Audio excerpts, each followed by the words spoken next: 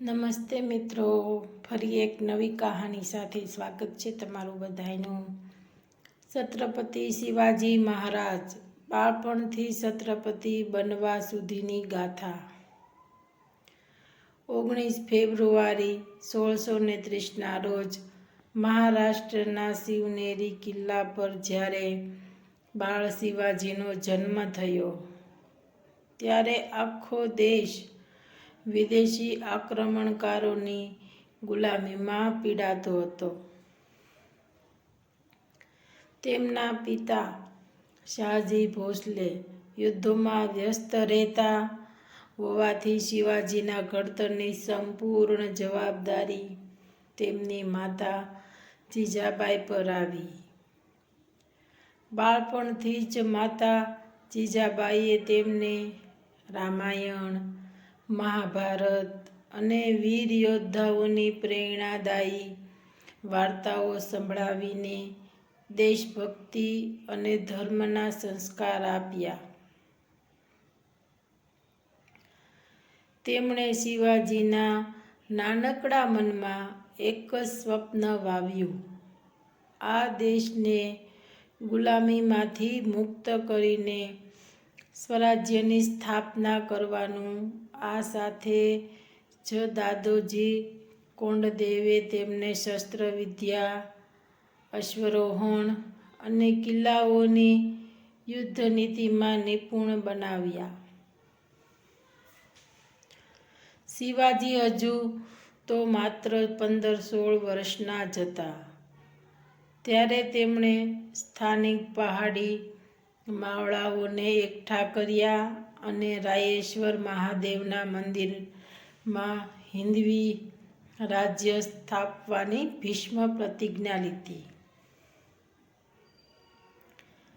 તેમણે ગણમી કાવ એટલે કે છાપામાર યુદ્ધ પદ્ધતિ અપનાવીને ખૂબ જ નાની વયે બીજાપુર સુલતાનનો તોરણા કિલ્લો જીતી લીધો અને સ્વરાજ્યનો વિજયધ્વજ ફરકાવ્યો। ત્યારબાદ તેમણે એક પછી એક સિંહગઢ, પુરંદર અને રાજગઢ જેવા મહત્વના કિલ્લાઓ પોતાના તાબે કરી લીધા।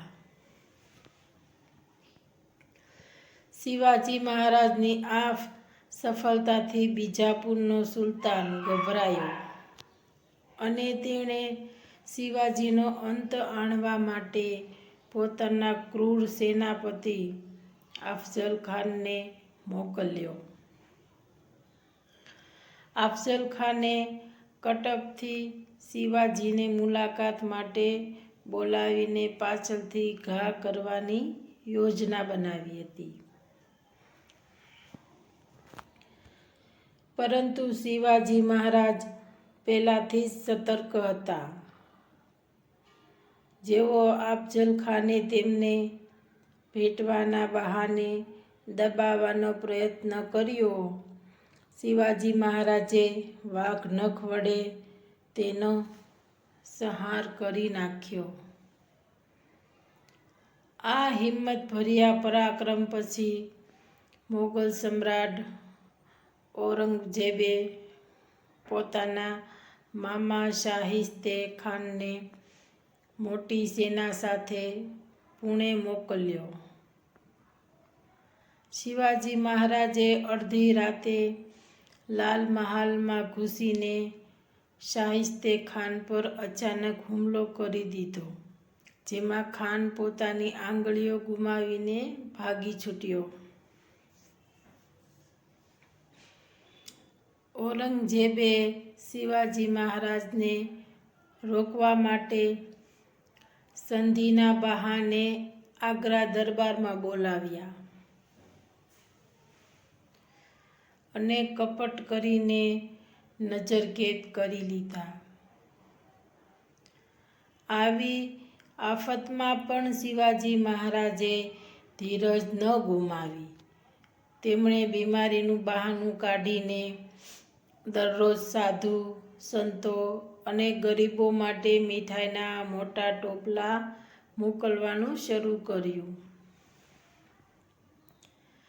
એક દિવસ તક જોઈને તેઓ પોતાના નાના પુત્ર સંભાજી સાથે એ જ મીઠાઈના ટોપલામાં છુપાઈને મોગલોની આંખમાં ધૂળ નાખીને સુરક્ષિત બહાર નીકળી ગયા. આગ્રાથી પરત આવ્યા બાદ શિવાજી મહારાજે પોતાના ખોવાયેલા કિલ્લાઓ પાછા મેળવ્યા અને સ્વરાજ્યનો મોટો વિસ્તાર કર્યો. અંતે 6 જૂન 1674ના રોજ રાયગઢ કિલ્લા પર તેમનો ભવ્ય રાજ્ય અભિષેક થયો અને તેઓ છત્રપતિ શિવાજી મહારાજ તરીકે અમર થઈ ગયા. બાળપણમાં જોયેલું સ્વરાજ્યનું સપનું તેમણે પોતાની અદ્ભુત બુદ્ધિ, અપ્રતિમ સાહસ અને દ્રઢ સંકલ્પથી સાકાર કરી બતાવ્યું. તો તમને આ કહાની કેવી લાગી મિત્રો? ફરી મળીશું એક નવી કહાની સાથે. ત્યાં સુધી આવજો. અને જો અમારો વિડીયો સારો લાગ્યો હોય તો લાઈક, શેર ને સબસ્ક્રાઈબ કરી દેજો. ત્યાં સુધી આવજો. જય હિન્દ, જય ભારત.